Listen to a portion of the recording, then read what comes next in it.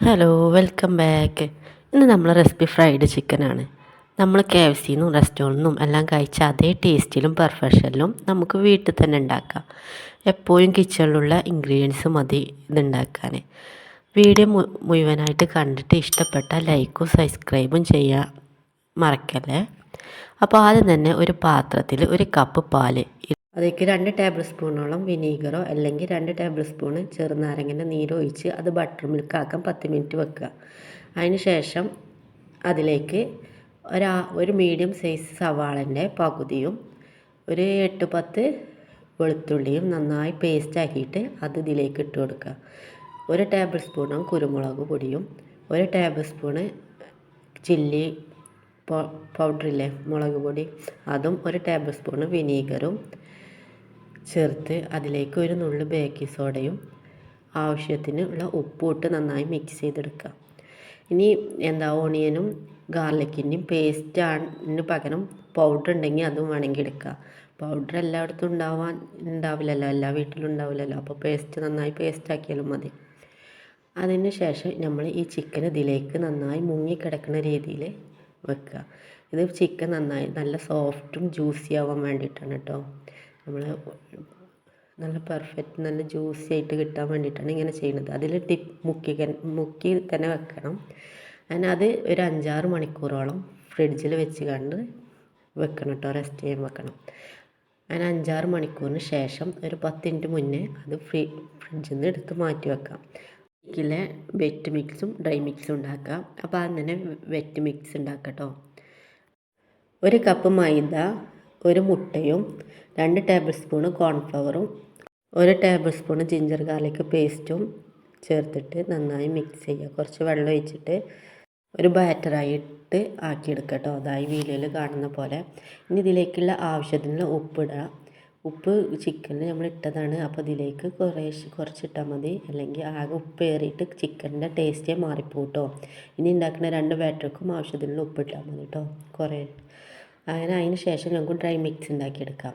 അതിനുവേണ്ടി 1.5 കപ്പ് മൈദയും 1.5 ടേബിൾ സ്പൂണോളം മുളക് പൊടിയും ചേർത്ത് നന്നായി മിക്സ് ചെയ്യുക. അതിലേക്കും കുറച്ച് തന്നെ ഉപ്പിടാൻ ശ്രദ്ധിക്കുക കേട്ടോ.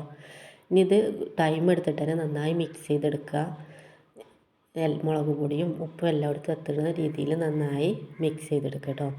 അതിന് ശേഷം നമ്മൾ ചിക്കൻ എടുത്തിട്ട് ആദ്യം വെറ്റ് മിക്സിൽ മുക്കിയതിന് ശേഷം നമ്മൾ ഡ്രൈ മിക്സിലിട്ടിട്ട് നന്നായി കോട്ട് ചെയ്തെടുക്കുക. അപ്പോൾ കോട്ട് ചെയ്യുമ്പോൾ നന്നായി പ്രസ് ചെയ്തിട്ട് തന്നെ ടൈം എടുത്ത് നന്നായി പ്രസ് ചെയ്ത് തന്നെ ശ്രദ്ധിക്കണം.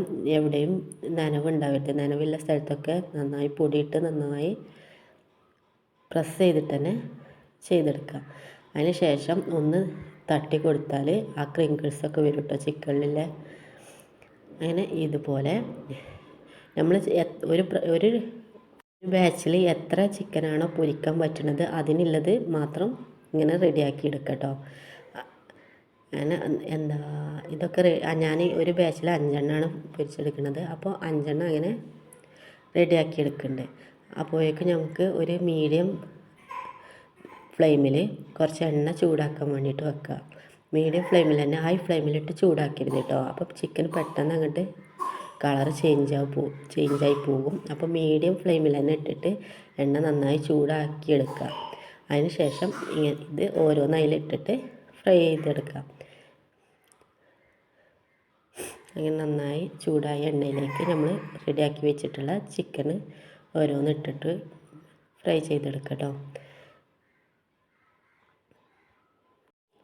ഇനി അങ്ങോട്ടും ഇങ്ങോട്ടും തിരിച്ചു മറിച്ചിട്ട് ഒരു നല്ല ബ്രൗൺ കളർ ആവണ്ട, ഒരു ചെറിയ ഗോൾഡൻ കളർ ആവുമ്പോൾ നമുക്ക് ചട്ടിയിൽ നിന്ന് എടുത്ത് മാറ്റാം. അങ്ങനെ നമ്മൾ പുറത്ത് നല്ല ക്രിസ്പി ആയിട്ടുള്ള നല്ല ജ്യൂസി ആയിട്ടുള്ള നല്ല ഫ്രൈഡ് ചിക്കൻ ഇവിടെ റെഡിയായി.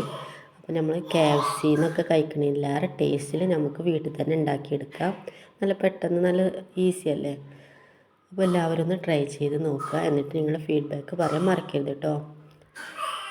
അപ്പോൾ നമുക്ക് ഇത്രയും പെർഫെക്ഷനിൽ നമുക്ക് വീട്ടിൽ തന്നെ ഉണ്ടാക്കിയെടുക്കാൻ പറ്റും കേട്ടോ. അപ്പോൾ താങ്ക് യു ഫോർ വാച്ചിങ്.